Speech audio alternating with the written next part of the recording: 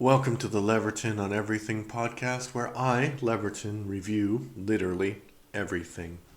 That's the first rule. Second rule is that every review that I do is under 10 minutes long. So, yeah, today I'm going to be reviewing a uh, docu sports series, I guess, called Nascar Full Speed. And I gave it 5 out of 10 stars, and I entitled it Driving Around in Circles.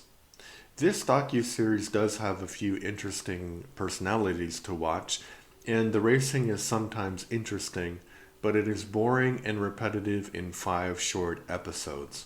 Mostly this is due to the nature of the sport. They really do just drive around in circles. It's a stereotype that happens to be true. While there certainly is a lot of money in NASCAR, it pales in comparison to F1. In F1, the big teams can spend $500 million per year. This leads to investing in making the car as fast as they can possibly go within the rules. But in NASCAR, the cars still have to look like cars, if that makes sense. I think the drivers are very talented, but they are so American. It'd be interesting to see how they would do in F1 and how F1 drivers would do in NASCAR. If you're looking for a more entertaining racing docuseries, check out Drive to Survive. And people did not like that review. 10 out of 44 found it helpful. I think people who liked NASCAR found it. Uh, because I think people criticize Drive to Survive, especially F1 fans, but when you watch Drive to Survive, you actually want to watch the races.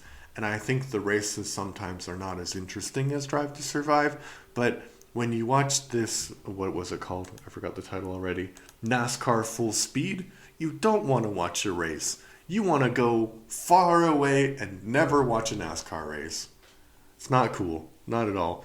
And so, going around in circles, what did I mean by circles? The NASCAR track is literally a circle, right?